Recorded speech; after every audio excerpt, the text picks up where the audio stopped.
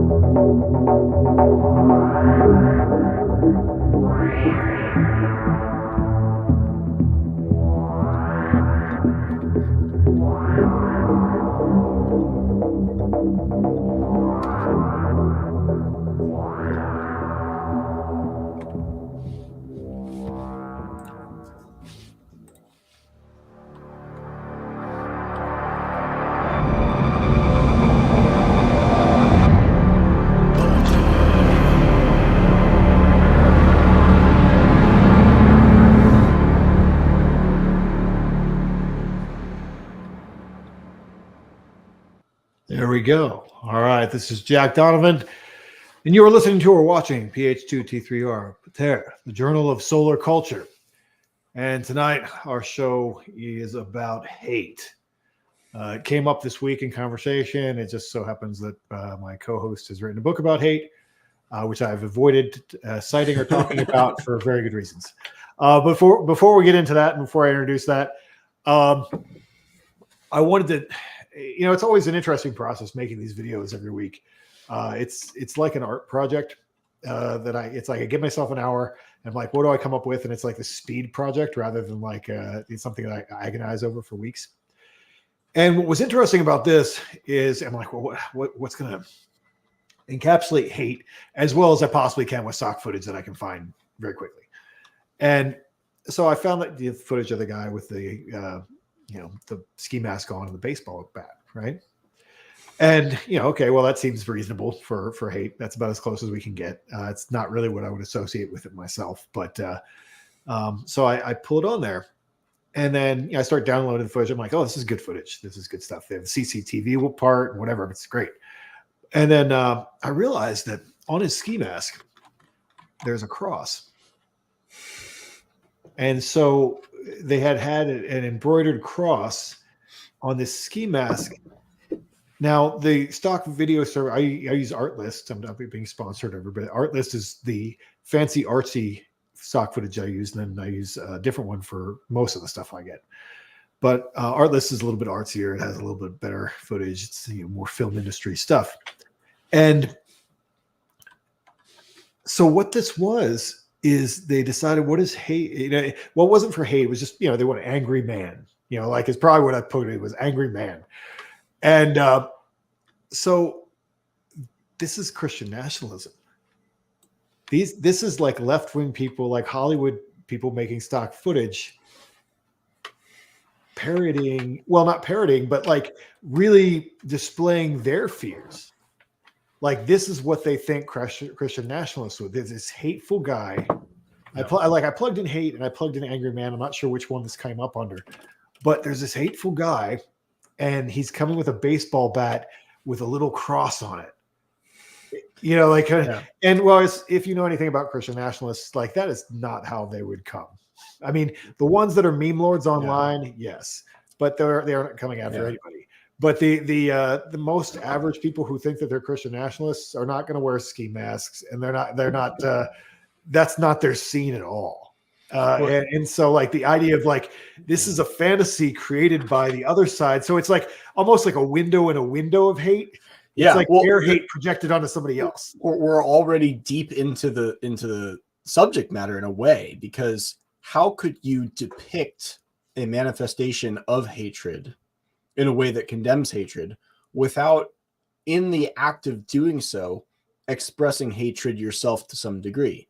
Because by tying some other group to hate, is itself an act of hate. No group is about hate, like primarily. They'll say we're about our people or our religion or our other thing, and we just hate things that oppose that thing. So, like, of course, saying, well, so and so is about hate, is going to be, in some sense, a straw man, is going to be felt as hatred by the recipient of that caricature, which, kicked off a whole lot of violence over caricatures of a certain prophet a decade or so back. Was that hateful? Yeah. So, like, maybe we'll get to that in a minute before we could maybe talk about hatred itself first, because that's an interesting subject on its own, and the conflation between fear, anger, hatred, and my favorite, which is disgust, all tied together very interestingly. Yeah. Well, why don't we do that? But let me start off with my disclaimer about this, because I even thought about how to, do I really want to call this hate because that's the punchiest like thing, or do I call it something else? And I'm like, I can go with hate. But the reason I wanted to give a little bit of background into it, like the reason why I started the Order of Fire, and a lot of my guiding principles over the past few years, the real sense of what I'm doing is that I wanted to create something positive. And because a lot of what I saw out there really was just hate. And it really was focused on hate. It's like if I go to somebody's profile on like X, and it is nothing about the group but about the group that they hate. That is all that they know. Like that is their entire world, is like the people that they hate. And this could be boomer conservatives. It'll be nothing but, can you believe so and so said this? And that's all that they care about. This, Biden that. Yeah, and, all that. And nothing. The only thing that trumps the Biden hatred is, of course, the Trump hatred. And of course, the great thing about the Trump haters is that they are the most unself-aware opposers of hatred itself. Yeah. And at the same time, the most brazen, like, living embodiments of pure flaming hatred. Like, you can see it in their eyes. If someone drops the word MAGA, you know that they hate something. Like, there are people who have principled and like realistic, opposition to Trump and things that he said and things he's done. That's one thing. But if you drop MAGA, like, they're an occult, they need to be stopped. Like, you're going straight to crazy town, and it creates the angry town. Like it's like talking to any other group of haters. It's like people who are like so obsessed with the other side that it keeps them up at night and they can't think about anything else. The MAGA is coming. Yeah. And the thing is that I did what I think a lot of people on the other side, whatever you want to call that, because that's a mess. But people who are not anti-MAGA, whatever the side is, they're very like blind to the caricature of them that exists. Because a lot of this is, to me, it's old Gen X stuff. That like Christian nationalists and all these people, like, do you know what cards you're pulling? Do you know what buttons you're pushing on these people? Because the people who are in charge of that side are people my age. Like they're the Gen X people, and like all through the 90s, like everyone was convinced that the evangelicals were going to come, and the thing is, the evangelicals were saying stuff like that. Like the evangelicals had a lot of power in the 90s, and they definitely wanted to change society, and they had a lot of momentum behind them because of AIDS and like a couple other things. So there was a lot of like there are a lot of people who were deeply traumatized by evangelicals in the 90s, that when you start pulling out like the Christian nationalist stuff, that they're all of a sudden, no, they're gonna go really hard against it. And I think that people don't realize that that's there, you know? Right. And I mean, that sort of segues into an interesting aspect of hatred. And this is something that anyone who I think thinks about the subject for more than 2 seconds comes to realize very quickly, which is that like hatred is not primarily an ideological thing. Obviously, it expresses itself ideologically, but it's a physiological response. And in my writing about it, if you wanted to summarize the In Defense of Hatred thesis of what hatred is, in a phrase, it's disgust towards mind. It's just it's a social version of disgust as an emotion.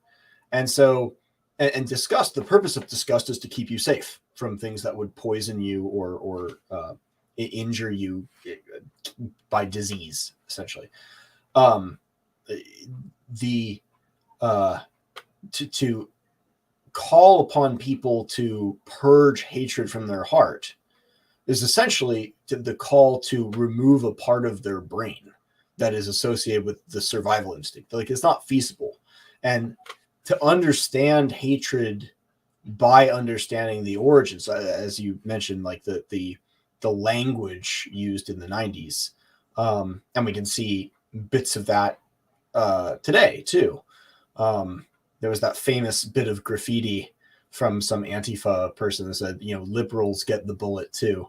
So some liberals will remember that, and millennials will, when they're Gen X age, some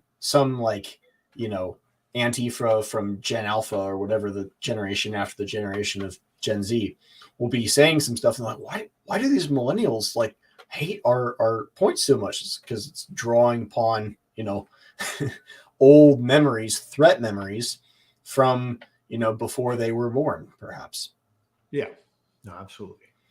Before we get any deeper into it, I wanted to finish the commentary there. Sure. In terms of how this came up, because so we have some context now. That's like we were like thinking about hate a lot, and then we wanted to talk about, it came up because I've been trying to create something positive, and because my criticism of these movements and online personalities and so forth, and why I have a disgust reaction towards them at this point, when I see certain like online leaders and so forth, and all they do is really foment hate against another side, and they don't really have anything. And my criticism is that, well, where are you going? Like, where are you going to tell these people to go that's better?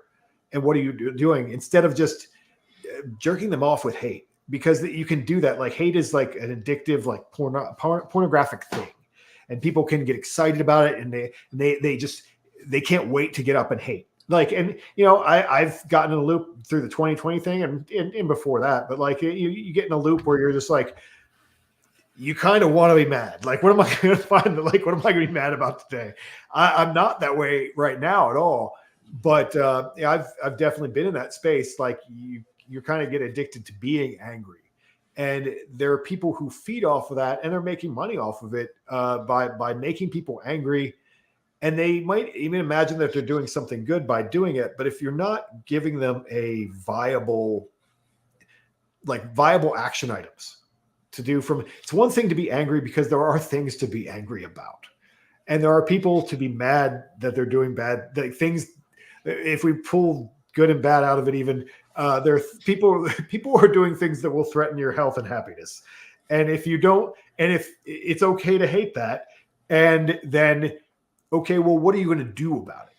And that's where I say you need a positive vision. So everything that I've been doing with the Order of Fire and with Solar Idealism and Stay Solar and all that stuff was my desire to like, well, can we do something positive, send something in a positive direction instead of just whipping up hatred, especially if it has nowhere to go?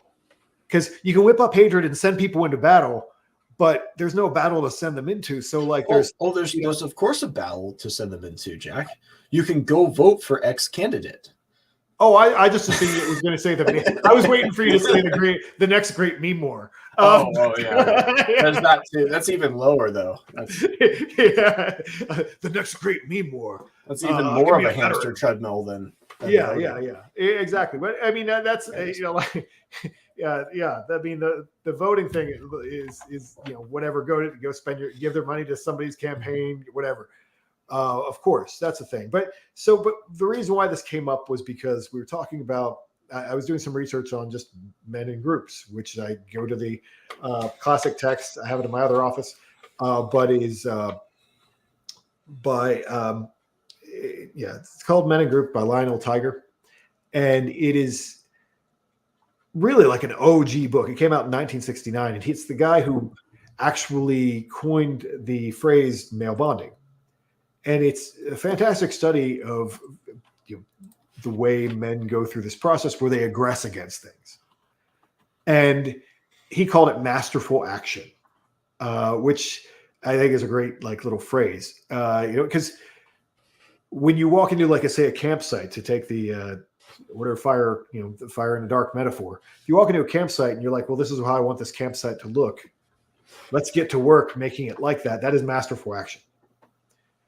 And if you have to, if there's something bad about your society and you have to fix it, maybe the only way is to have a revolution. That is also masterful action. You're imposing your vision on the world, and men do that. Really, that's what men are designed to do together. They're designed to go and hunt things together, and this is how we, build things together. All of that is masterful action. And so when they, that's how men bond. And so it's actually really hard to get men to talk and interact unless they're mad about something. Like if they're both mad about something, all right, let's talk about it. And you see guys try to do that.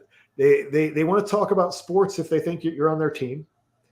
Oh, you know what, there's other team, but same thing with politics. Like if two guys get in a room and they think that somebody else is on their same political team, that's the first thing they want to talk about, because they're like, hey buddy, how about that? How about those jerks? How about FJB, right?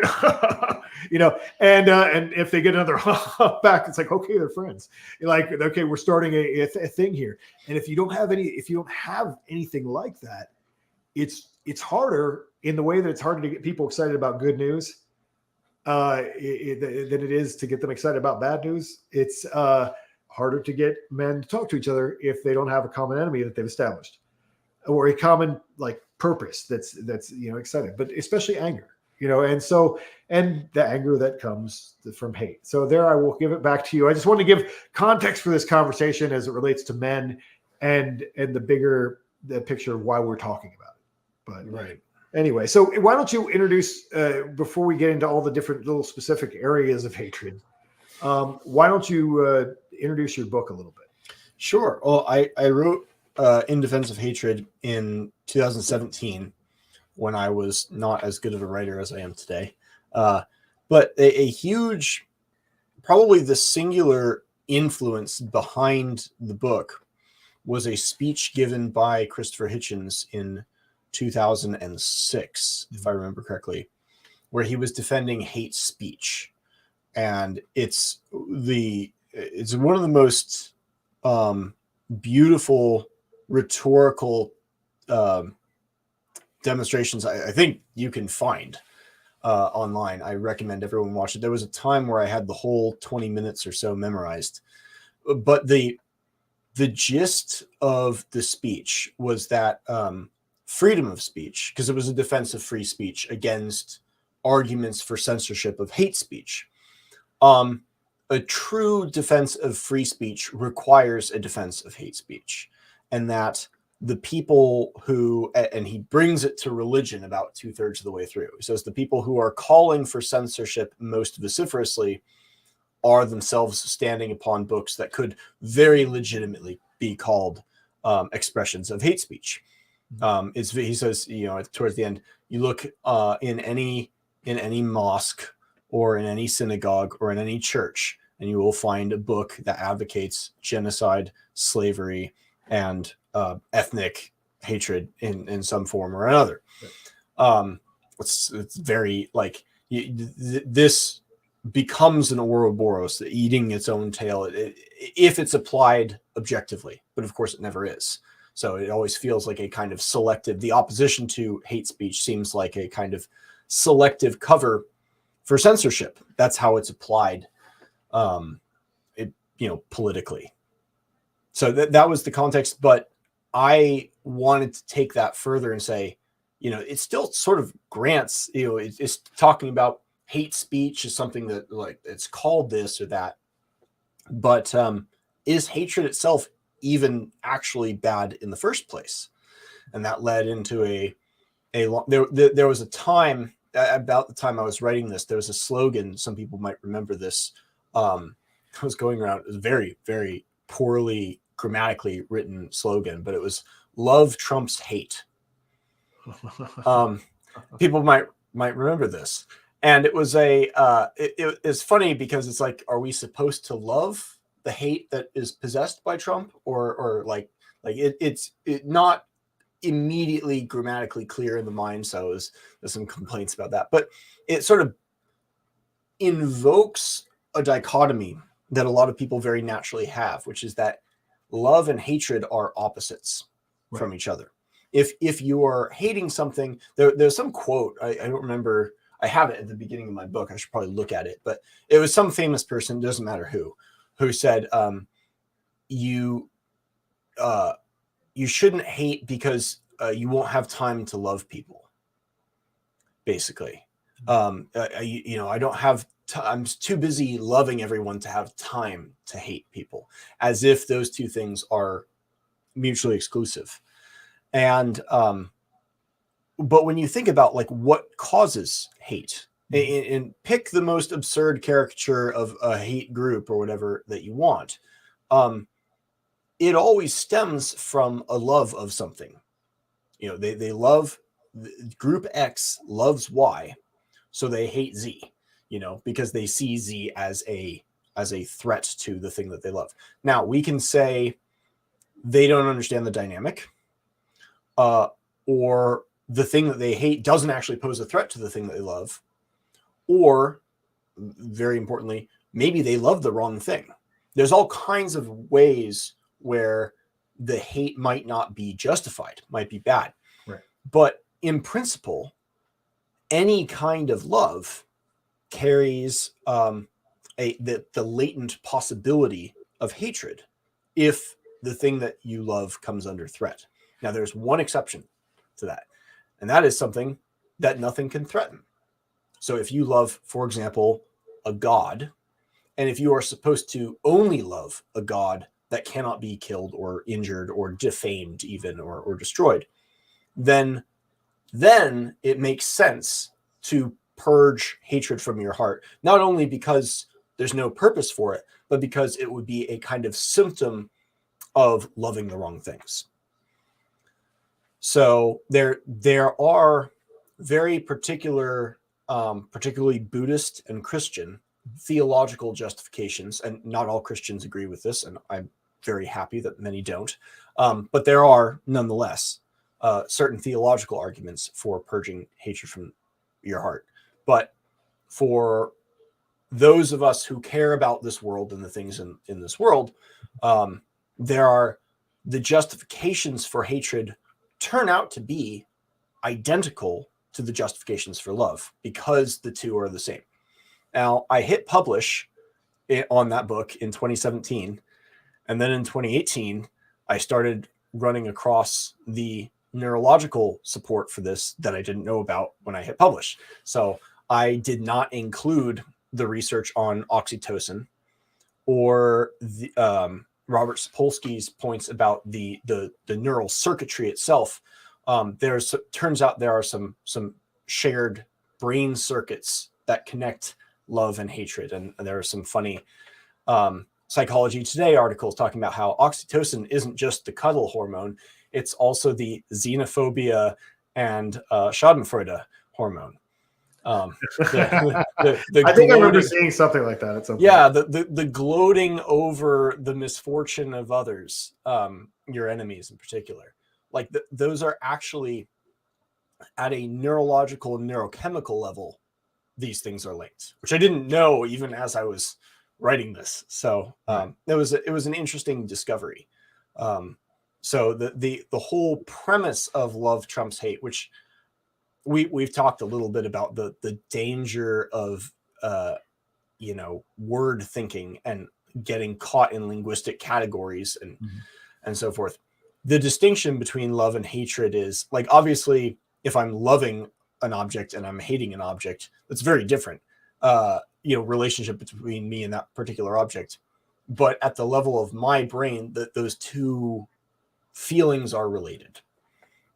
Right. Related, not the same, but related. Yeah. And so anyone who wants to say hatred is inherently immoral, there's a tacit claim that you shouldn't actually love anything seriously, which is like that's not a very popular claim unless they're going to take an agape in the broad Christian sense, or a Buddhist it sounds very kindness. I think a lot of the kind of people who say things like that are probably not intellectual Christians. The kind of people who say something like that have probably dipped their finger in some Buddhism at some point, and they're like, it's just about love, man. It's just about, like, it's kind of a silly vibe that you get from like people who are into like things like healing, but the world was suffering, and so it goes into self-negation, and like, it's like that mushroom theology. You're not supposed to be attached. You're supposed to get rid mushroom of theology. It's mushroom theology. It's that unity of all. We need to make that a phrase. Mushroom theology. I think that might be. I mean, I could already think of people who are going to be offended, but but there's something to that. But yeah, it goes. If you were going to make it a little bit higher than just like trendiness, anything that's a renunciation of the world, and more in a Buddhist realm, renunciation of attachment. Saying that you shouldn't be attached to things does lead to not having hate, because as you said, you don't love anything and you don't care about anything because you're on your way to becoming a corpse that never comes back. Right. And that's what you're hoping for. So it is the goal, is not to really have attachment to things, and then they'll weasel around that and make it about being a good person somehow. But I mean, you're right in the point that it definitely does mean that you care about something. Like you have to care about the tricky part about hate, and what I think people mean by it, because there's words and what they mean, and then what people mean by them, right, which is a different thing. When someone says "don't be a hater," they're not talking about hate in the same sense as that person should be censored and removed from the internet and from banks for hate speech. Like, those are very different senses of the term. Oh, for sure. That's like thought crime more than. But what I think the average person who isn't just a crazy ideologue, like that this isn't, what the average, because all these things, every crazy thing has an entry level appeal. Like everything that becomes popular at all has this entry level appeal.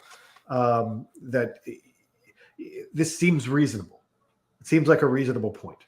And the reasonable point for the no hate thing is that, just like I said, in the way that you can go online and find, a guy whose entire profile is about MAGA or Democrats or the Jews or, like blacks or like something. White people. White people. Yeah, 100% white people. It was much more popular than it is now. People, I mean, especially when people, before they thought 9/11 was an inside job, or whatever,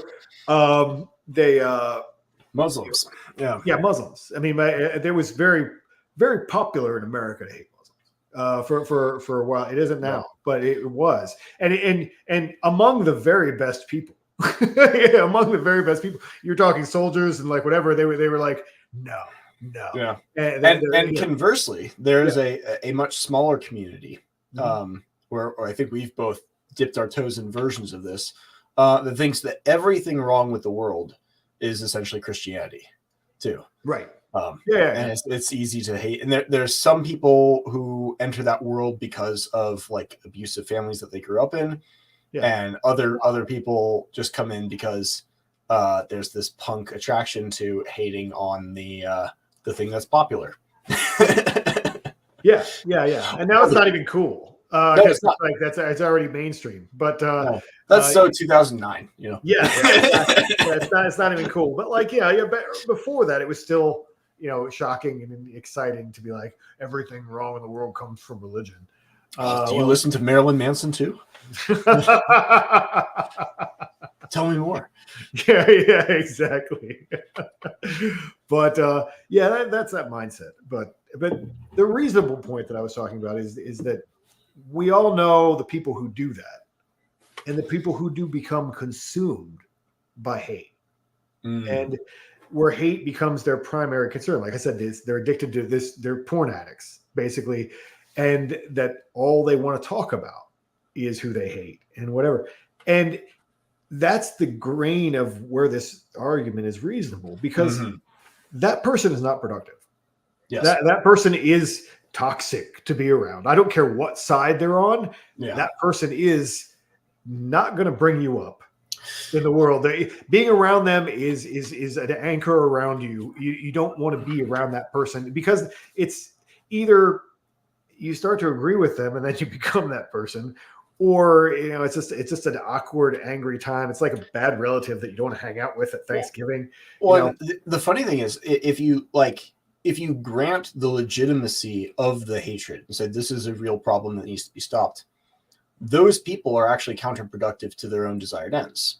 100%. You can break down hatred into, I tried to break it down into two flavors. Right. There is and I said that there's hot hatred on the one hand, which are these guys, and there's cold hatred, which is more sort of set back and clear-eyed about things. And it doesn't necessarily change the intensity of the emotion, but it's a completely different expression of it. And you could see this. The cold hatred is tactical hatred. Yeah, well, I mean, imagine two MMA fighters who hate each other. Yeah. Imagine one of them is full of rage and hot hatred, and the other one has that kind of dead-eyed cold hatred. Right. And you had to put money on a bet on which one would win. Fedor. Who would you? Huh? Fedor. You know what I'm talking about? No. Oh, okay. No, that Fedor. I don't know how to pronounce his last name anymore, but he was one of the legends in the UFC early on. Okay. And he's Russian as fuck, and he's Russian, and he would just come out with this dead stare, and just okay, I'm going to kill you, and and the other guys bouncing around the room getting excited, and he'd look like he was bored. Literally, what if you go out to watch videos, Fedor was like that. He just no, this isn't like that. He will, and then he will just, and he beat everybody. But yeah. Just speaking of fighting, one of the metaphors. This is tangentially related to that. It's not humans fighting, but one of the metaphors I brought up as an example to illustrate the point was bullfighting. Right. The bull is furious. The bull has in fact been stabbed in order to be made furious. And the fury, the rage of the bull is actually what allows the matador to control it, to cause it to go the way he wants it to go. And I posed in the book as a thought experiment, imagine you were a bullfighter and you waved your cape in front of this bull to try to get it to charge, and it just stood there and watched you and looked at you and started doing this number with its head. At that moment, you would realize you're fucked. Right. And I would have to go back and rewatch the video. I think just a couple weeks ago, there was a national news headline because a matador got gored. Mm-hmm. I might be getting my dates wrong, but I think that's exactly what happened, actually. The bull didn't do what he expected. It sort of paused in a way that he didn't anticipate, and it just flung its head and threw him. Wow. got its horn through his chest cavity, and he didn't make it through the evening. Yeah. So like that, the difference between cold hatred and hot hatred in your, you can actually feel it in your body.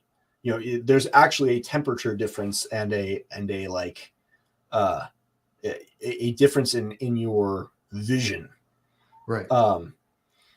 The hot hatred, it never is, because it pushes everything out, but it should be a red flag to say, I'm very easy to manipulate right now, which sort of brings us back to your point in bringing this up in the first place, which is the creation of groups. It actually, I hadn't planned on talking about this gentleman, but it might make sense to bring him up in this context, in the context of controlling people and manipulating people in order to form groups. The expression of hatred in politics, it wasn't described as hatred per se, I don't think, but comes to us by way of a Nazi and a Catholic theologian, interestingly, named Carl Schmitt, who said the concept of the political is actually established by the creation of an outgroup, of a shared enemy, an adversary. That's not wrong. Yeah, well, it's not, but it can also, it sort of hinges upon, it sort of establishes the creation of political coalitions as being contingent upon manipulating them to some degree. And that hot hatred is a very easy way to bring them all together. Yeah, well, that's what I referred to that in the past as the guy who, what is it? Who's the guy who bangs the drums for the monkeys? The organ grinder. Right? Yes, the organ grinder of Thumos. Yes. That's the guy who, because, and there are guys that are really good at that. You can like, come on, dance, monkey, dance. Come on, like I can get young men mad. It's that's one of the easiest things to do. And that's why it's good to have responsible leaders, because young men are so easy to spin up into that because they want to prove themselves and they want to do something good. And they want to be part of a group that they can do that too. Exactly. They need an enemy. Well, all heroes need dragons. And all heroes need bands of brothers that they can defeat the dragons in front of. Yes. And anyone can, and that's what, bringing back to what I was talking about some of the other groups and so forth online that I see, is that you have people riling up these young men, and then but they don't have anywhere to send them. So they're basically just destroying them. Like let's make these kids mad and send them out to a war that isn't there. And so they're just making them destructive, and they're just perpetuating destructive energy. And then some of them are going to do something stupid. Eventually one of them is going to do something dumb. They're going to think that they're going to be the God's lonely man and do the taxi driver routine. And then everybody, all those other people will denounce that person because that's what happens. Right. And it's so, it's so wary. I hate to see it because I'm like, I would love it. That's it's the most powerful and beautiful thing in the world. If you can get men to do something, you get young men to do something heroic, right? That's where all these good stories come from. You get them to go fight for, Greece or whatever, but if you're doing it for just selfish reasons or just to make money or if you're genuinely doing it for selfless reasons, but your entire concept of what's good and bad was fed to you by someone who has very political or financial interests at heart and is sending you against dragons who are not dragons, but are just other people doing other normal things, which has happened once or twice in history. That can also be bad. You can take very noble, good, fundamentally decent people and make them do like awful things. As no doubt Carl Schmitt might have helped happen in the past, but not to the exclusion of things in the 21st century. Not at all. So I think like a lot of the veterans I talk to feel like they got spun up and then got played. Like they got played against an enemy that really wasn't the enemy. And then then you get to this kind of, I don't know, historically cynical point where you're wondering like, well, isn't that what it's the only thing that's ever been? Are we naive in assuming that hasn't always been the case? Well, and if so, then is heroism and something like that just the application of that thing on the individual scale? He did the thing that he was supposed to do. We don't need to know about the bigger context, but his heroism is related to what he did on a personal level. This is the value, I think, of making the distinction between hot hatred and cold hatred. Because what cold hatred, what I tried to argue is that hatred becomes justified when it is grounded in understanding. Like if you're going to compete with another team in a sports game or a chess match or a UFC fight, all that I see red and then bodies drop, hit the energy you bring is going to mean nothing, if you don't actually understand A, what you're doing, and B, what they are likely to do. Right. But if you have an understanding of what they're likely to do, oh, this guy likes to throw hands and then go for a takedown in the third round, or whatever it is that they like to do. This guy likes to do the London opening, so I got my counters to that. Whatever the case may be, if you have a deeper understanding, not only are you more likely to employ your hatred effectively and bring the right kind of hatred that actually does make you fight and perform better, but you're actually way less likely to be hating the wrong thing. Like, oh, screw this guy. And then you pause, you're like, let's find out. And then you start doing some research. You start learning about the thing. And you're like, oh, okay, I still don't like this thing, but in the context of this history in which it emerged, it's not the same thing that I thought it was. It's certainly not the thing that these other people were telling me it was. And your view of the thing that you thought you hated changes. Yeah. Sometimes, very often, that eliminates the hatred. Mm-hmm. Sometimes it intensifies it. And this is the other big lie. Well, not lie. I shouldn't say that. The big confusion and misunderstanding, I think, many people have is that and you'll see these same kind of quasi-Buddhist pseudo-moral saints of the modern age say, like, you can't hate something if you truly understand it. I think there was a line from Ender's Game, actually, where it's like, you can't understand something without loving it to some degree. It's like, that's not necessarily true. You can understand something very, very well and hate it.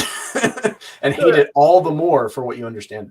Yeah. But it varies, and it actually it decreases your chance of hating the wrong thing, hating the wrong enemy, and also if it is the right enemy, it makes your relation to it more successful. So that slowing down and that bringing your blood pressure down a little bit.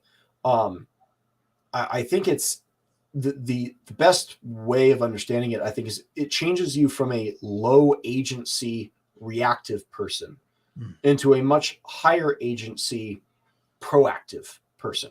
It puts you back in the driver's seat of your own life, because that hot hatred just turns you into a tool for whoever can induce that. 100%.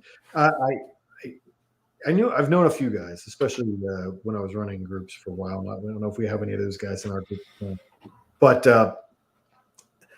I've known a few guys who were known for being easy to spin up. Like, oh, okay, like, and they were actually used as pawns politically in between different people in the group to get, like, if you could get this guy, not the other guy, then he would be like, he'd be all about it. Like you could get him all about it really quick, and you just had to say a couple of the right things, and you could send him out in the direction. And this person in particular, actually, one time we were talking about things, and he was a good guy, and he was a smart guy, but he was really easy to spin up towards anything. And he told me he confessed that he's a follower to me, which people don't usually say that. people don't normally say that they're followers out loud. Because we're so programmed to say that's wrong. Oh, you're supposed to be an independent thinker, whatever. But most people are followers, but not many people say that they're followers. But he's like, yeah, I'm a follower. I'm not a leader. And so he actually said that out loud. And I was like, interesting. Because, I mean, to someone like you and I, and this kind of is what I was thinking while you're talking about, looking at trying to understand a thing. And I was thinking in the same way that not every man is going to want to transvaluate values. Most people don't want to do that much research. They don't want to do that much research and thinking that's why we call them low information voters in America. But in terms of, there are a lot of people who aren't going to do that level of work, and understanding that they exist is also understanding society, and that's makes it interesting because you and I have both been through this cycle of the things that you're describing, and I thought I hated this, but then I was like, or these people almost got me. But then I was like, wait, you're also full of shit. We've both been down the road, several of those roads at different times in our lives. And then we just realized that they were wrong. And that also there was no advantage to their side isn't going to win. But in both cases, I think, it's the new atheists do the same thing. It's like, religion was bad. Well, you're wrong. And you suck.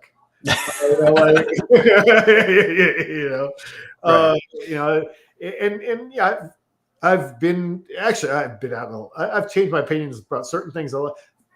Many things, not at all, and certain things a lot. But I've gone through a lot of stuff. And I remember being more probably on the people who would be the MAGA people now. I remember being around those people at a different time of my life and believing all the lies that they believe, about the world and so forth. And so it is interesting to see what's real after you keep shaking it, for a long time. But that takes a lot of work. Yeah, and I think it really.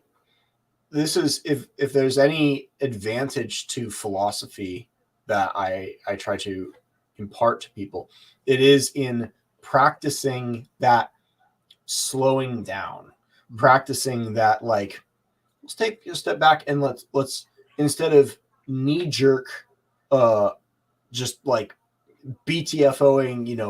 bitch slapping someone in a social media comment thread because it feels good on your team. If you pause and take their argument seriously, even if you don't necessarily reply, it can avoid both of the traps of being misled into a group or being misled by a reaction into some other alternative group, which is very much a thing that happens. 100%. Well, yeah, everybody, when they convert hard. And into anything, when people convert to Christianity, they're the first one who are like, "You're going to hell." Regular Christians who are brought up with it, they're like, "Oh well, this seems like a nice guy, he should probably find Jesus, but whatever." And it's the ones who just convert, they're like, "You're going to hell." And the same thing with literally everything. It's some guy was hated this other group of people his whole life. He's a little chill, and the guy who just found out about me yesterday, oh my God, he's so mad. But what made me laugh as you were saying that is, I probably should never say this out loud, but I had a moment the other day. I was on the elliptical and I was going through my favorite soundtrack for meditation for years and years now has been Wallace from Blade Runner 2049. Mm-hmm. And there's just something about it that's perfect. And I was trying to make a playlist of things that sounded like Wallace so I could stay in that zone. And I'm going through shows like Mr. Robot and the soundtracks to all these shows about that. And all the themes were transhumanist themes because I like weird techno that sounds kind of like the stuff that they like. And I'm like, am I just not seeing the inevitable? Am I being drawn to like drawn towards the singularity? And like, am I just fighting like an unfightable fight? And like, I'm like on the elliptical thing of like, is our whole thing about transhuman just us trying too hard? Is it coming with? And like, I'm having this moment about this just because I do that. I question myself as to like, what am I? Is this a good position? Is this a tenable position? Is it viable? Yeah. So I thought that was funny, but that's the kind of thing you have to kind of do for all this stuff. Do I really? Maybe they have a point. Yeah. And the thing to balance that affect with, because people who are too open, ask me how I know, can be pushed by really, really, really certain and assertive and sociable people, and it's like, no, this is real. You've got to believe this. And part of being open is putting extra brakes on the beliefs of people who act very, very certain. Doesn't necessarily mean they're wrong, but like it can be very easy for people who are very open-minded and not to point fingers, but I see this a lot in the psychonaut world, who are willing to go and adopt positions with an open-mindedness, but without an equal openness to the alternative positions, to the counter arguments. Yeah. And so you have to be open in both sides, because the goal is not to just demonstrate your openness by adopting wonky, eccentric, and quirky positions, but it's to like try to find the best position and the most practical and functional place for the things that you care about, which arguably brings us back to the whole love and hatred and maybe to the biggest criticism of the book, because again, I think it's probably the least well written of my books, despite being the most popular. Is it the most popular? Yes, it is. Well, of course, because it's the title, man. Yeah, a very catchy title. Yeah, I should have given it something blander, keep philosophy boring and all that. But the one of the more consistent criticisms I've gotten is I claimed that people, you can't hate an idea. And there's obviously a sense in which that's not true. There's obviously a sense in which you can hate an idea. There are millions of people in America who are like, what are you talking about? I hate communism, or I hate fascism, or, whatever. But that always, like, when we're talking about holding hatred as something evil, when we're talking about hatred in the sense of something that you should purge from your soul, we're talking about hatred of individuals and of people. And when people talk about hating fascist ideology, they're mostly talking about hating fascist individuals or people they want to label as fascist. Same with communism. What's it like to kill a person? I don't know. I've only killed communists. Same idea. Yeah. And we laugh because we're sort of demonstrating which side we're on. Exactly. Right. But seriously, they're going to play this as they shoot me. Yeah. But that's the temptation. Yeah.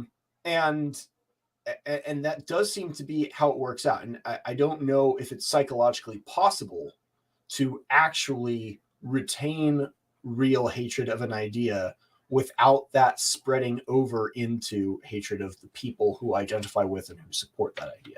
They're not actually different in practice, maybe. What that reminds me of. It's love the sinner, hate the sin. Yes.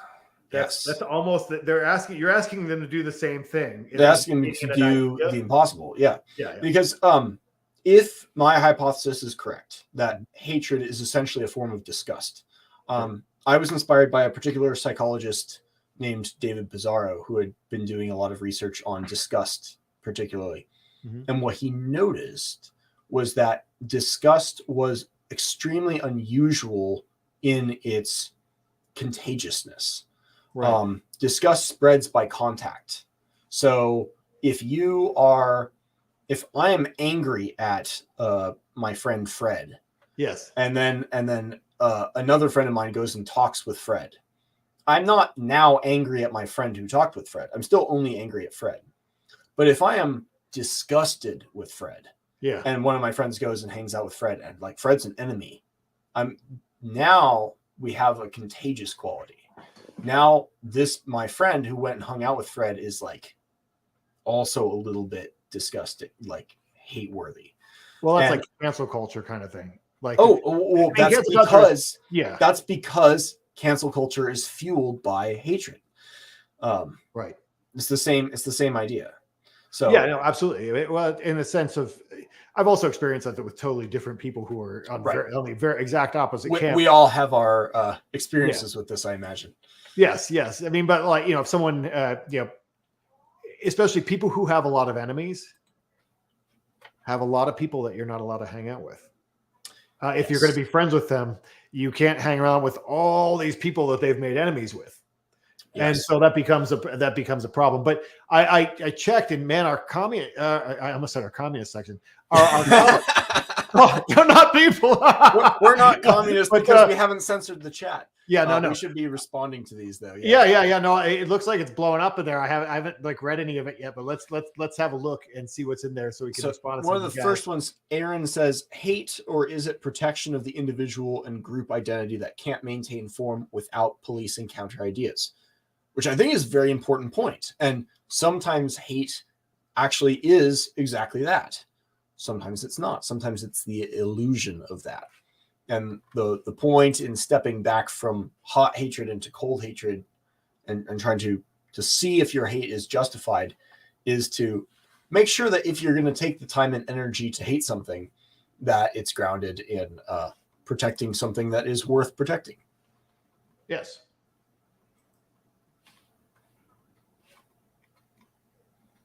And then Alvis asks, quick question mainly for Jack. Is method acting a good way to develop traits that you want from other famous men? I've never done method acting. I mean, it probably sounds like a good idea, but I've never taken acting classes, mostly because of acting people. It doesn't seem like a group of people that I'd fit in with very well. I lived in LA for a while. I've hung out with a lot of actors. It didn't seem like it would be. I don't feel like I would be embraced and accepted and valued in that circle. It sounds like an interesting experiment. Oh, 100%. I would love to actually do some acting stuff, but it would have, like I said, it'd have to be like the right group of people. It's a lot of, I don't know, I've heard all kinds of weird shit that like actors do, like, like let's all like lay in a cuddle ball and feel, and shit like that. Like they do a lot of weird shit.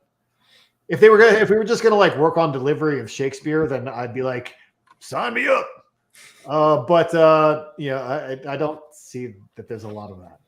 Mick Tubis says, that is the problem with men's spaces, isn't it? When you get two or more guys wanting to rearrange the space differently, we get conflict. Oh, yeah. It's normal. I mean, that's, well, men will break off into little groups and fight each other, and that's what they are supposed to do. But, it's the Iliad. It's just everything forever. It's, people, see that they don't like the way something was handled, and they want to go handle it differently, and they think they can do better, and maybe they can, and sometimes they do, and sometimes they don't. But that's what always happens, and then they make a name for themselves in their own little space. Yeah. John Umbrella gives a really good comment. Cool. The most shameful type of hatred is the silent hate against the brother who is succeeding, and although one might appear supportive, secretly hates his success. That Nietzsche created an entire philosophical career around, called ressentiment or resentment. And yes, that is the most poisonous kind of hatred. It's not the only kind of hatred, as we've talked about there, but that's an interesting one, because ressentiment is actually a cold hatred, but a very, very poisonous one too. Yeah. I tried to argue that in 90% of cases, I am just making up numbers, the healthiest possible expression of hatred is to create distance between you and the thing that you hate. So I have come to deeply hate Seattle and Seattle culture as a Washingtonian. Yeah. So I moved my family away. Yeah. That simple. Yeah. Yeah. No, but I like the specific point that he mentioned because Resentment is this bigger thing. Like it can be very abstract too, because it can be against the ruling class or like something beyond us. But he's talking about like a crabs in a bucket thing, like where you have like your friend. There's a Morrissey song like that goes perfectly with this. Like, don't we hate it when our friends become successful? Like it's something like that, and there is a little bit of that, and it's easy to become jealous of someone around you who's doing better, who you're supposed to be friends with, because that's the different thing. Like Resentment could be directed about people that you were never supposed to be friends with. That's true. But he's someone talking about who's envy, your friend, I mean, we're talking about frenemies. Really, like women have those all the time. I mean, they say that women pretty much only have frenemies, but I don't know if that's true or not. I don't talk to a lot of women about this, but there's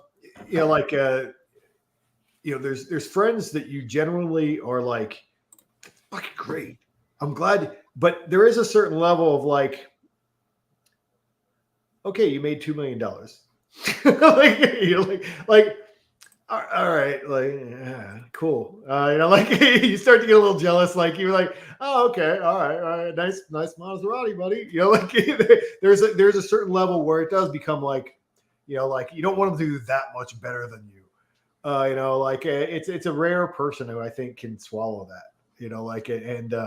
I think we were all probably maybe a little bit guilty of that. But if in a certain situation, like we were around that person all the time, I think you just grow distant is probably like you said, that probably the correct response to that is like, just, like not pretend to be that guy's best friend anymore, if that's the case, and you can't, or do the classic second born thing, which is to, as opposed to the firstborn, just to derive your identity from something else. If your friend becomes a multimillionaire, you can, feel like envious and like deep, like hidden resentment and want to undermine them in weird ways. Or you can be like, oh, wow, this is awesome. They're super wealthy now, and I'm still the like funny social one. He can like buy me drinks and I can wingman for him at bars, and we can be like compensating for each other in some way. Now that requires if you were never in competition with that person in that area. There are people who do good at things that I don't want to do. And then that's fine. I'm never going to be jealous of them for doing well at the things that I know that I don't want to do. Right. But if we were both doing the same thing together, and then and then I'm not making it, and you're making it. I think for a lot of people that would be difficult. I mean, I can't say that I've had that happen, but like I can see that where that would grow into like. You know what I think does that is women. I think more than else. It's not money. It's not like property or having a nicer gun or nicer car. It feels like most of the time it's like two guys that want the same girl. I mean, well, you can't, like, that's one of those, like, a lot of dudes, if they're both really into the same girl, the idea that they're gonna, like, one of them is just gonna be friends. Yeah, it's not gonna happen. I mean, that's it. Like, just give it. He's just gonna give it up and not be sour about it. Like, that's probably you're right. That's one of those places where it probably doesn't go away. But what else do we got in there? It seemed like most of it was them talking through how to become a better person. Okay, and talking about how setting challenges and stuff. They said some positive things about your books, which is cool. Sky Without Eagles in particular. The one I pull out of print. Because becoming a barbarian. Oh, and Sky Without Eagles. So both. Yeah. I saw that. Yeah, someone got my favorite thing, so that's good. Excellent. Yeah. So, I don't know that it to me, the whole point, it's fun to have these comments. The comments are sort of what it's about, I suppose, to go back to the beginning and the impetus, not just for talking about this, but for writing a book in defense of hatred. Yeah. Came down to, because someone, I can't remember even what the question was, but I ended up having to explain the whole purpose of In Defense of Hatred was like there seemed to be this censorship apparatus that had been put into place. And hate speech was one of two primary justifications for censorship, for preventing people from being able to speak.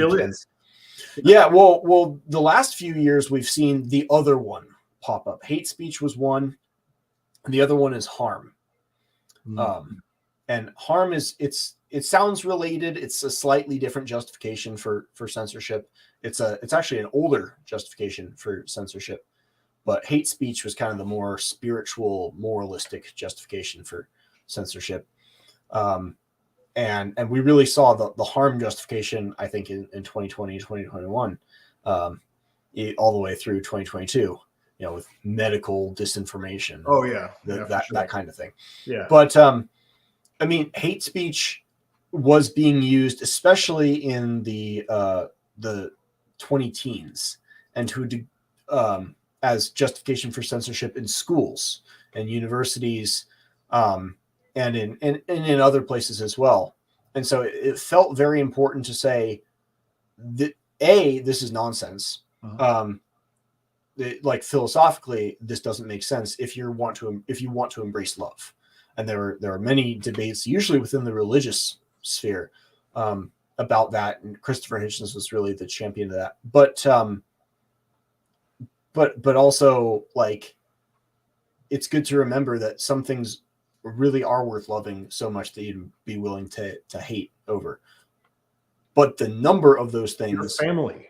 Yes, you're exactly right. The number of those things is a lot lower, and the scale of them is probably a lot smaller than what a lot of perhaps very public pundits want you to think it is.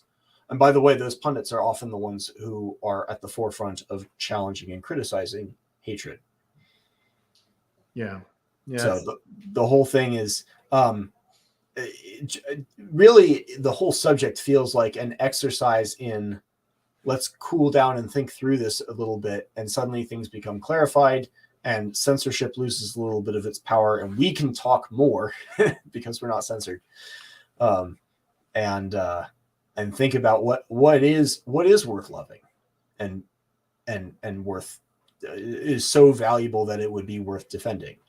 Yeah, well, we talked about this a little earlier, and I challenged you a little bit on in your Instagram story about hate abstract, and I was like, I feel like, or loving the abstract. I think loving the abstract, because I feel like that's like I was trying to think of. I wasn't thinking of America specifically. That one we were just. I guess we'll give it a little context. What is, is. You were saying that a lot of love for a thing is more about fear of the opposite thing, or fear of what would happen if that was gone. Sometimes, yes. Yeah. Sometimes, but I suppose a counterexample would be Christopher Hitchens. Yeah, because I never met Christopher Hitchens, and what I saw of him was a snapshot of his life, a very small sliver of the totality of his life. Right.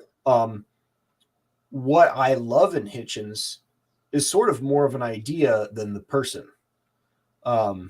So there's a sense in which that's an idea, I suppose, but it's not. It would be, I guess, what I'm thinking of when I talk about abstractions is like people who talk about when they love democracy. Like there's no picture in their head of what they mean when they're saying that. Right. They're just doing the Orwell thing where the sentences construct themselves in a sort of a ChatGPT kind of way, where what word follows from this word in my head. It sounds good. Everybody thinks that's what that means. Well, you have to defend democracy. Like what else would you put? What other word would you put after we have to defend our blank? It's just an ad lib, right? I think there's a lot of that when people talk about what they love in abstractions. It's tricky because there really are actual ideals that not only don't exist anymore, but either never existed or haven't existed yet. And this is maybe the allure of utopianism, and I'm not trying to be denigrating it in this case. We can denigrate utopianism later, but Right. like, that's not an intrinsically blameworthy thing to feel, nor is it like not real. People. Well, yeah, I mean that's the whole thing I'm talking about. Is yeah, like I said, that the people that I didn't like were too attached to what they hated, and not enough to a positive vision for the future. And so, a positive vision of the future is actually what I think culturally the left has. I mean, they have had. Now, whether it's viable or the people who are running them actually want that, or all kinds of different things. But if you were talking about, like, if you think of the power of music over the past 30, 40, 50 years, since really like, the 60s, all the songs about how we're all going to live together as one, all the things about how we're going to great songs. They make you happy as hell. I'm like, if people knew I was jamming out to this or that, they're like people holding it. Like, there's all these great songs that are so happy and so whatever, but they're all based on this political idea that I don't really agree with is real. Yeah. But they had this vision that was like uplifting. Have you heard? They were moving towards that, and that's something that they cared about, and that was really a motivating thing. It wasn't just what they hated, but it was let's move. They had this almost Gnostic vision of how everybody's going to hold hands and be like one, in the whole world will live as one, and all this. But and there's so many people who picked up on that and made music about it, made that all these things that had this vision, and they do care about it. I think more than the people that they hate. I don't. And the same thing I would say for me, the thing we're trying to create with the Order of Fire, one of the things that we're talking about so much of our philosophical discussion is, well, if this is bad, then what is better? Like, what is better than what is bad? And so, like, by moving towards our idea of what is better, that's our direction that we care about. Like, okay, well, this is better. This is a good idea. It's not just because of what is bad, because that is obviously that's something that we are concerned about. But if we have to have an idea that's better to move towards. Well, let me bring up the quintessential example, because it just came to mind what I was talking about some hours ago when we were talking about abstractions and loving abstractions. The quintessential example is, of course, John Lennon, Imagine. Well, But as a slight tangent, have you heard A Perfect Circle's minor key rendition of that? No. Very good, very creepy. They just put it in the minor key and sing it differently, and the whole song changes without any of the lyrics changing. But I mean, if you read the lyrics, imagine there's no heaven. It's easy if you try. No hell below us, above us only sky. But it's all framed in terms of what you're escaping. It's all framed in terms of the things that they dislike, that they're afraid of. Nothing to kill or die for, and no religion too, which is linked with killing and dying in their mind. And so their attachment to communism is born out of a frustration with and a fear of, or perhaps hatred of, and I'm not trying to conflate those two. It could be either one or both at different times, because there's a whole other conversation to have about hatred and fear and the relationship between those two, which I address in the book. But it's the fear of violence and conflict, or the hatred of conflict, right, that motivates the love of the abstraction. If I don't have this, then we'll be faced with this very not abstract negative experience. And so much of political punditry is exactly this. Oh, absolutely. It's the creation of very visual, very visceral negative experiences repeatedly, and saying the only way out of that is our thing. Now, our thing is very abstract, and even if it's not as compelling for the reasons we went over before, Right. But the disgust and the hatred is what puts like gasoline on that fire and creates unity. And so when I express skepticism towards love of abstractions, it's within that context. But you're right. They're definitely like, that's not the only kind of abstraction that people can express. Yeah, I mean, it's definitely there. I mean, I feel that way about the political stuff that you're talking about, and it was making me think. I guess it's been ringing around in my head lately. Listen to a little bit of Tim Pool in a day, and you'll be there. Yeah. Well, I mean, just I try not to look at that stuff on X, but it is, if you hear, it's doomsaying. It's like the Cirrus from the Voluspa. They just keep saying like the Tuteren Hedevat, like they like over and over again, like, would you yet know more? Like, about how terrible it's going to be? Are you sure you want to know more? And like just feed you things about how bad it's going to be. And the thing is with those particular people, it's like, well, what is your track record of actually stopping any of those things? Or what do you don't, your resume sucks, basically. Like Republicans, okay. Yeah, your resume sucks, buds. But all those things are bad, yes, but your resume sucks. But when I responded to it, to your comment there, what I was actually thinking was my relationship with masculinity, which is really my whole career. Right. And like, okay, well, this is what I've cared about for my whole career. Is it because of something that, I mean, obviously I got involved in it because I saw the absence of it being possible. I saw it being threatened, and I thought it was something good that I shouldn't be threatened. So, I mean, that is there. Was it that way? It wasn't. It's not like because I hate them. I hate them queers and the fact it's because I really think it was because I saw something like that was good that I wanted to protect first. Well, was it? I have a sort of a phenomenological question. Okay. Was it the idea of masculinity that was attractive, or was it a number of individuals that you looked up to as heroes, or like, these are admirable people, like these, I want to be like that. That's these people redeem the world, and then you found a name for unifying features of this constellation of great people? That's a really good question. I didn't know it was multiple choice at first, so I answered. But no. Honestly, I would say probably more of an idea. In terms of, I don't know that was. I mean, because it wasn't real people necessarily. It wasn't like I only got into George Washington a few years ago. I mean, it wasn't like George Washington. Yes, who's masculine. Therefore, we have to say masculine. It was more like.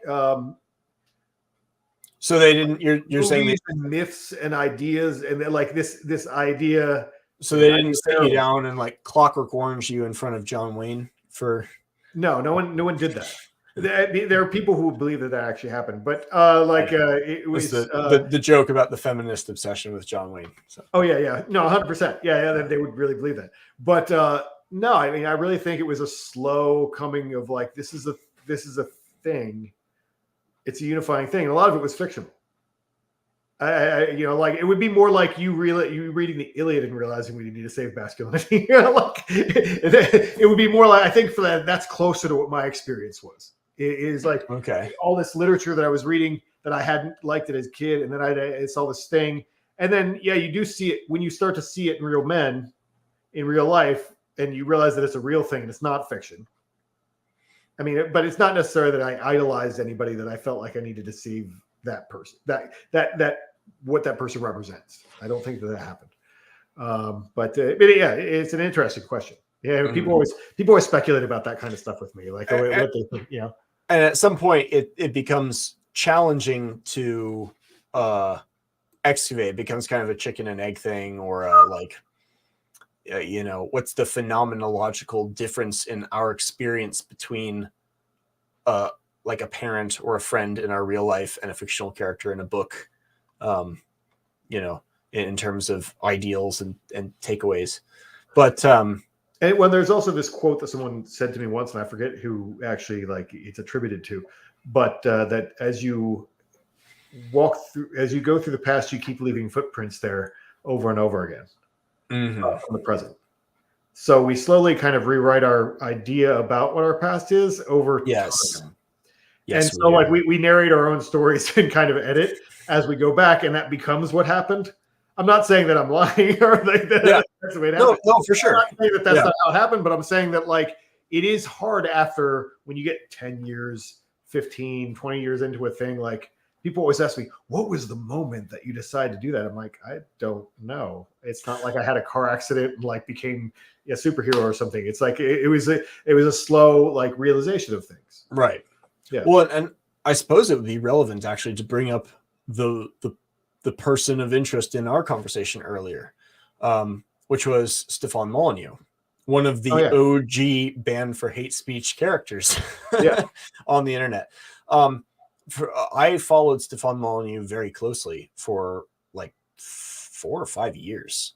I would like listen to him more than anyone else. So I had my Hitchens stage and I had my Molyneux phase, and I've had a few others. But the thing about Molyneux, and it took me a while to realize that, is that he speaks with an almost romantic love for philosophy. Like he's very, very attached to it.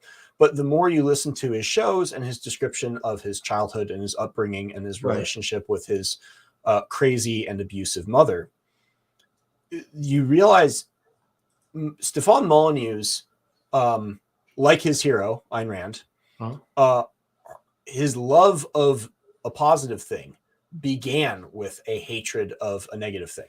Ayn Rand became a libertarian because she hated communism. Like she came out of Russia and she's like, this is awful. What's the opposite of that? Right. Which, as I keep bringing up Curtis Yarvin because he's so good and articulate at demonstrating the dangers of that logic. The opposite of one bad thing is not necessarily by definition a good thing. But I think with Stefan Molyneux, the opposite of crazy abuse was dedication to reason and philosophy. So the love of the abstraction, which is philosophy, like I know philosophy, it's literally in the name, philosophia, love of wisdom, but like that's a borrowing of the sense of, philosophy isn't actually phileo, it's not the same thing. Right. And the love of philosophy for Stefan Molyneux, and perhaps for Socrates and Plato and others in the past, came from a fear of something or a hatred of something, and I say "or" very intentionally, of something that's much more visceral, of something that's much more experiential. It's not just like conflict is not just an idea for Stefan Molyneux. It was his childhood. Craziness is not just an idea. It's like, well, that would be technically crazy. It's like, no, I was just abused for like some bullshit that didn't happen, kind of thing. And so I think the proper objects of love can be visceral in that direct way, even if they aren't real. So like my appreciation for a particular character in a story, like my if I'm reading like a Kafka novel, Herr K trying to withstand the oppressive weight of this absurd bureaucracy, like that's a visceral experience. Now it's not real, it's not physically happening, but it's an idea, but it's not an abstraction, if that makes sense. And I guess our impressions of people in the past, like Thomas Jefferson and George Washington, it's funny reading Nietzsche. Nietzsche never met St. Paul. He really, really, really hates St. Paul, but he never met him. But he doesn't have that hatred of Christianity. Like he thinks Christianity is wrong and should be opposed, and he gives his reasons why. But there's no feeling there. It's just like this is a non-starter for these reasons. But Paul, the person, Paul is not an abstraction, whereas Right. in a way that Christianity kind of is. Yeah. Well, I'll jump onto that. First, I wanted to make a joke about Socrates because it's Oh, sure. Isn't there that quote about it was his wife that turned him into a philosopher? Yeah, see, very good. Someone I said, thought of that as soon as you brought it up. I was like, wait. Socrates, and Yeah. says, by all means, if you get a good wife, you'll be happy, and if you get a bad wife, you'll become a philosopher. So it was really all about a bad wife. Yeah. But it fits into the but for full disclosure, I became a philosopher before I got married, so she's just stuck with me now. So. That right. And that yes, there you go. You have to do that. No, as far as Christianity, that was one of the things I always felt. Was in circles that were super anti-Christian. Like there are people who came from Jehovah's Witnesses that were in those circles, and they hated Christianity. Like, and that was I hated living in. And this is a weak hate, not a strong hate, but I didn't like living in Salt Lake City. One of the problems with it was that you had the Mormons, and then you had people who hated the Mormons, who had bad Mormon experiences, or my mom was a Mormon, or my uncle was a Mormon, and they had like hatred, like personal hatred towards Mormons. And like, I don't care. Like, we can't bond over that. That's not my shared enemy. Like, I like a lot of Mormons. They've been cool to me. I'm not going to be one, but like, I don't have that. I haven't had that visceral experience of hatred. And so like, we kind of can't be friends if all you're going to do is complain about Mormons. I'm actually an ideological enemy with Mormons, and I still don't hate them. Well, yeah, I'm sort of committed to caffeine at this point. So. Okay. All right. So, sorry, I bad joke. Admired them. I do. Yeah. No, they're cool. Yeah, but no, I've never had that. I mean, I probably had it when I was younger. Not because I had a bad experience. But there are people who like grew up evangelical and they had bad Bible camps and like were like they've just had terrible experiences. Or like my grandfather swore. Now he didn't stop being Catholic, but like he definitely wasn't an avid churchgoer. But my pappy, he said that because that nuns pushed him down the stairs when he was a kid in a Catholic, because he had to go to Catholic school or whatever, and so he was like, the nun pushed you down the stairs, yeah. And that's what began as a hatred of individuals, or resentment of individuals, sort of like, what's the term? It's the opposite of reification. Sort of like or an abstract thing, or concrete thing becomes abstract. Basically, it becomes a hatred of Christianity more broadly, or Catholicism, or whatever. Like they're all that way. They're all that way. It becomes projected onto the sins of that one person become projected onto everybody. Right. But it didn't begin that way. Right. Exactly. Yeah. No, I understand what you're saying with that. That definitely makes sense. And so I guess another bit of practical advice is like, I guess when in terms of protecting your heart and your brain from getting hacked, is you can see certain bits of propaganda that depict the other side in particular ways.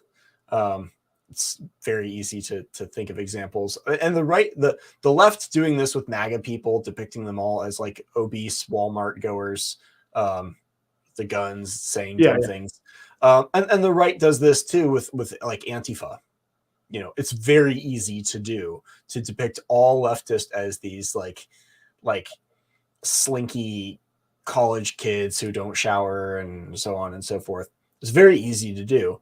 And that's an invitation to associate disgust with a group and a side more broadly. Yeah.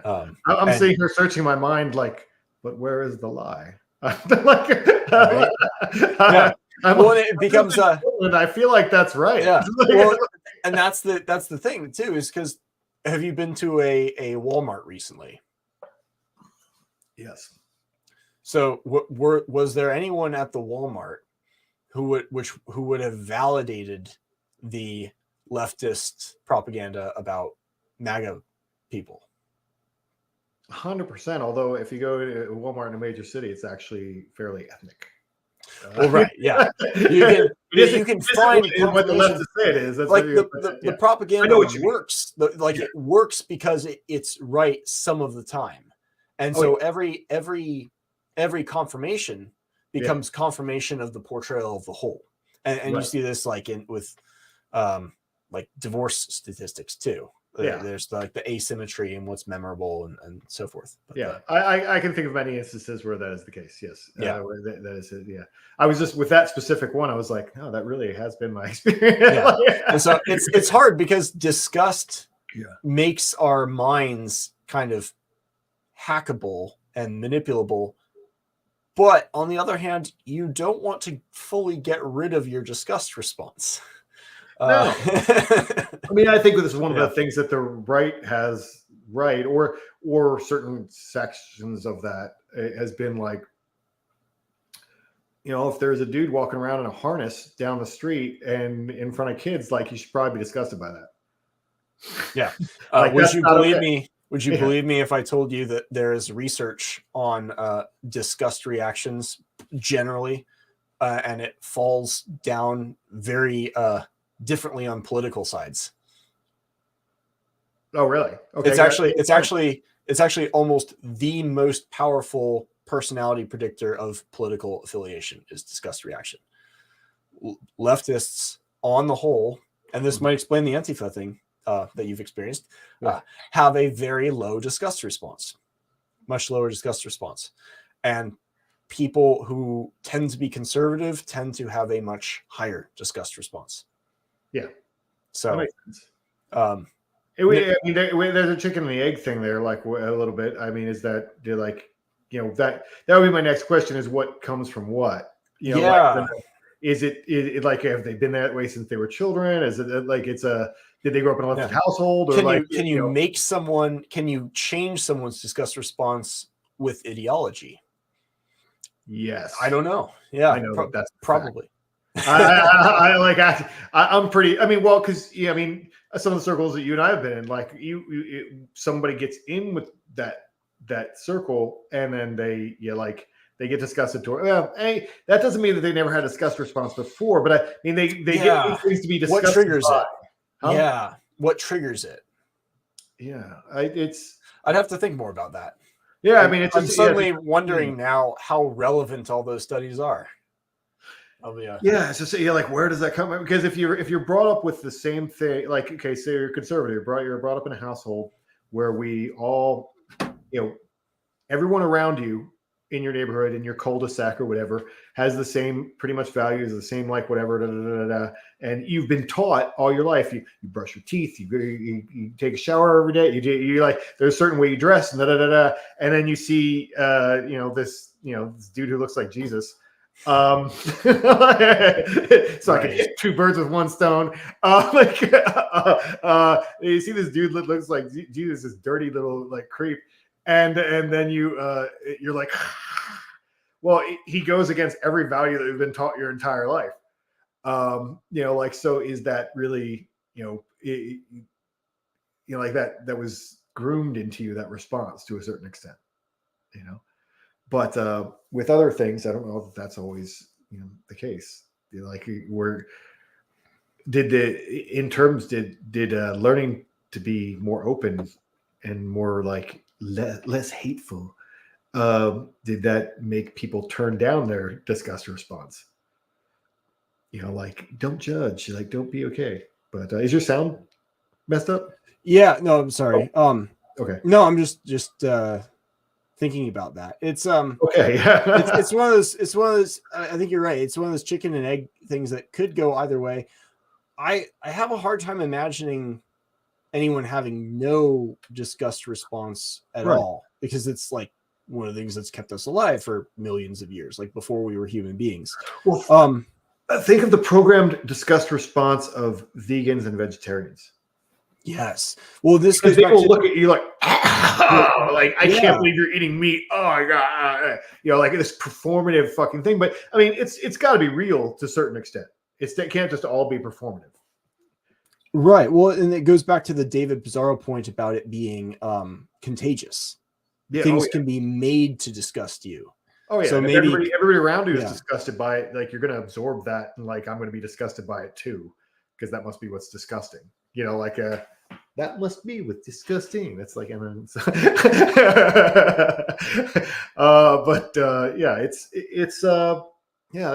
an interesting thing to dig down. Like I don't know if there is an answer that you could be sure about, because that's the thing with studying like human psychology in so many ways. It's like there's so many variables that happen over lifetimes, and it's so much input that you get, like so much input that it's hard to say sometimes. But interesting thought. More stuff to explore. I had just kind of accepted like, oh yeah, the difference between conservative disgust and liberal disgust. But if you ever want to see a visceral disgust reaction in a person, show a liberal a picture of Donald Trump. Oh yeah, and there you go. And it's like the whole premise of the liberal conservative disgust response hypothesis sort of breaks down right in front of you.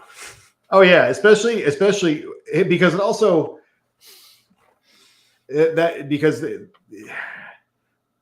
like the idea of the dirty hippie leftist person, whatever, doesn't really account for the people who actually are carrying the most weight in that area. Those are the people who like riot on the streets and act silly.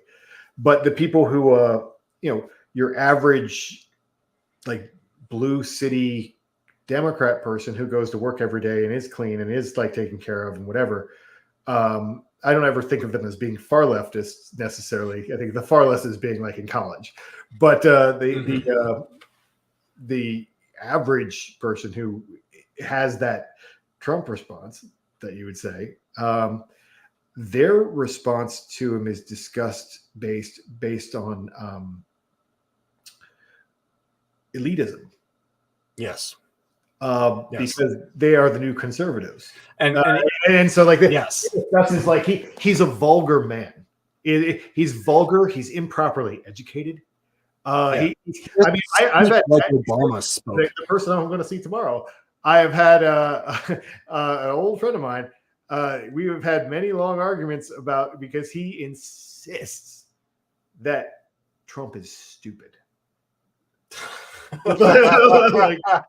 like actually physically like stupid. Oh man. And I'm like, but he runs all these companies and like I mean, he's certainly at least as smart as me.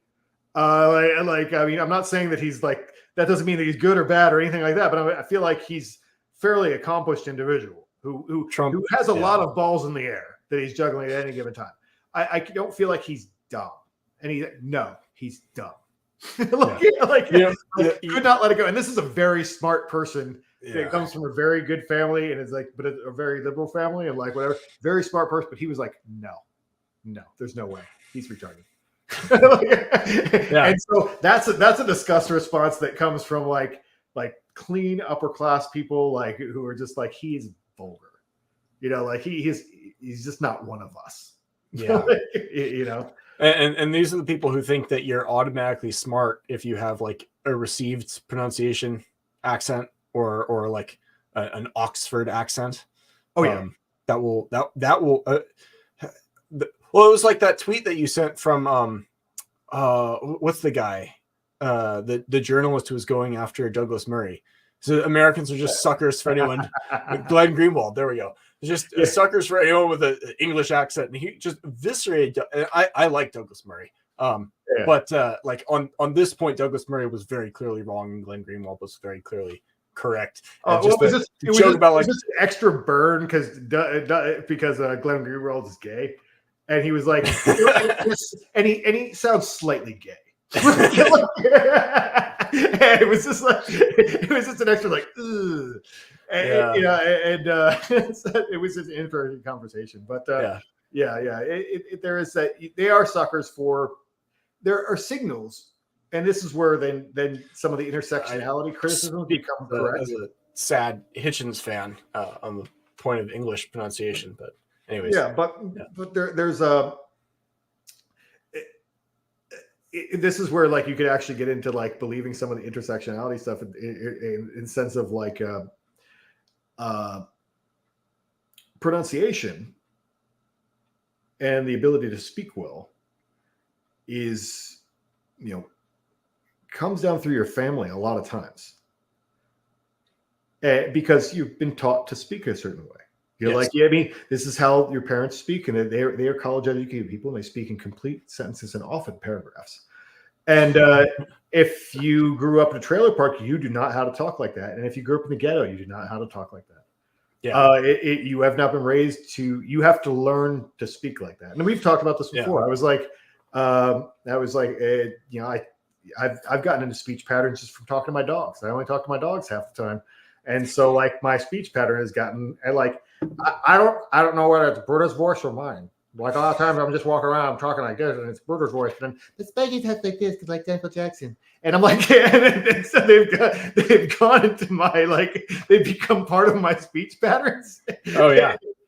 I will say, listening to Christopher Hitchens' debates and speeches on repeat had an effect on my speaking. The same thing with Stefan Molyneux. Yeah. And then I start listening to Curtis Yarvin, who I love his writing and his ideas are excellent. But if you listen to him speak, there's a lot more ums and uhs, and it's a lot less clear. It's a lot less just coherent, not in terms of the ideas and the semantic meaning, but in terms of the literal language, the way he speaks off the cuff. And there is a little bit of a you become what you do thing. But to your point, I think a lot of English private schools historically, not just in the last 100 years, but in the last like 500 years, was about teaching students the signs and signals of being upper class. Mm-hmm. And America has become that too. There was a hilarious post by a black gentleman who went to an Ivy League school. And he said, in my experience, in my observations, anti-white rhetoric was a upper class white signaling phenomenon. It was jockeying for, I think this was in a Matthew Crawford essay. I could pull it up. He's like, it seemed to be a status jockeying signal, like having received pronunciation. To speak in subtle anti-white language was white people jockeying with each other for status in the upper class. It was never supposed to reach the minorities where it became literalized. Like, oh yeah, I see these arguments. Like, no, it was never meant philosophically. It was all just a social game. Right. So right. It was funny to see how these like the class signaling things and the actual content of the ideas sort of merge and come from strange places. I'll have to go back and find that. It was funny. Yeah, no, I think I remember you bringing it up at one point before. Yeah, it's like and to the same point, because I am not upper class by any stretch of the imagination. I was raised in a nice middle class, now lower middle class family, and as I always call them, hobbits. And if I have to go get a job or something like that, I mean, I can speak Hobbit. I can go and speak. I can speak middle class, fine. Yes. And I can say yes, officer. Is that what's the problem? Have I done something wrong? And whereas if you have someone who maybe wasn't raised like that, they're going to actually start a fight before there's a fight.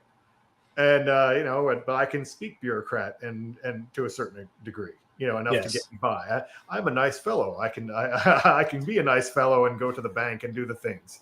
Yes, I like to think I can do that too. I'm very solidly like lower middle class. I suppose the lines keep changing of where those are, but they're changing right now. I work in construction. I think I'm now deep lower class. Yeah, but if you work in construction, like as Curtis Yarvin has pointed out, someone said, "Oh, like I'm I'm poor because I've only got, X amount of money in your bank class. And he says, it was like some college kid in an Ivy League school who was like, struggling with debt.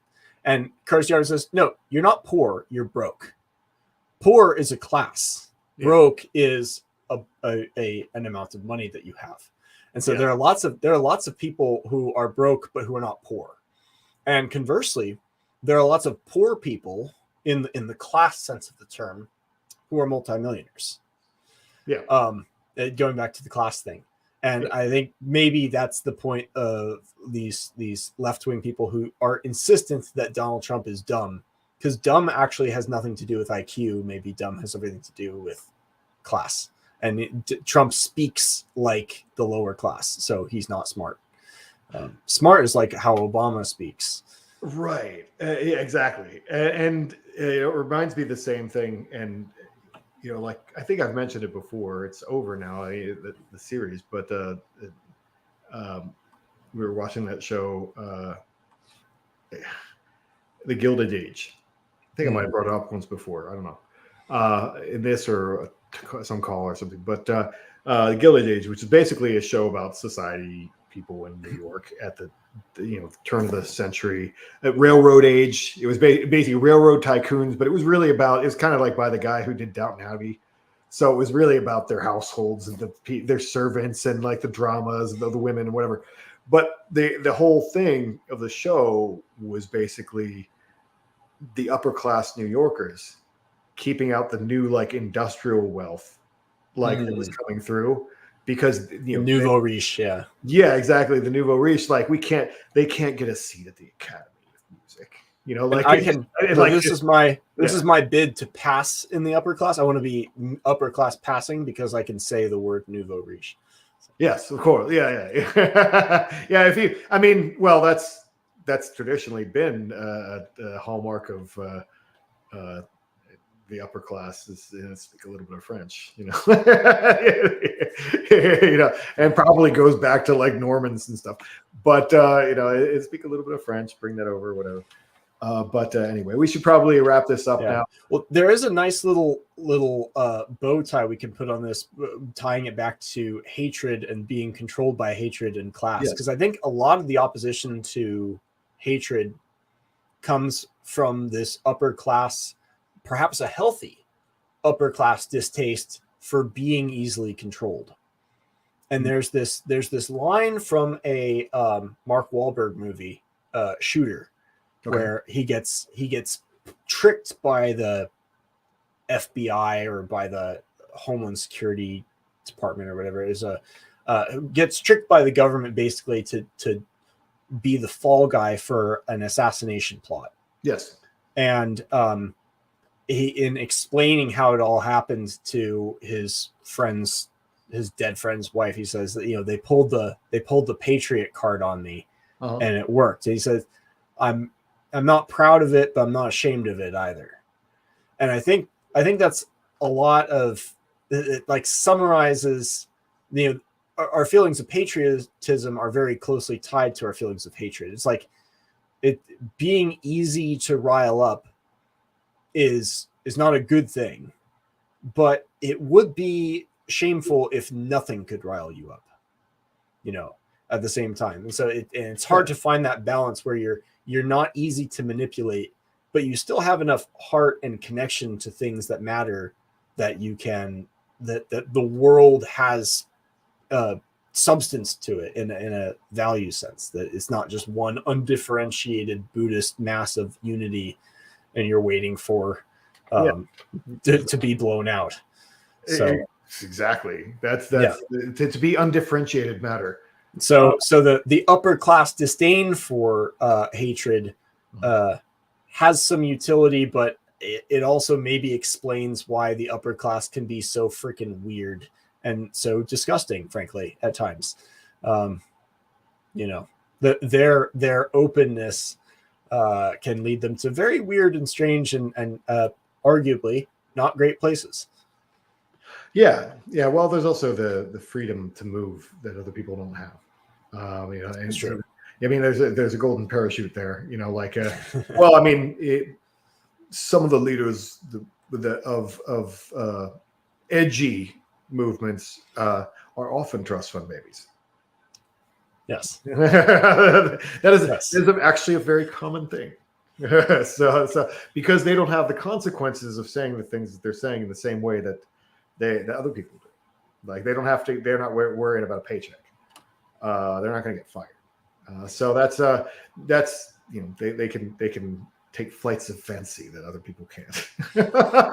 But anyway, yeah, we should wrap this up. But thank you guys in the comments. It was really cool to see that comment section light up. We haven't had that yet, and it was great to see you guys in there. I hope the Order of Fire is going to start a Discord here soon.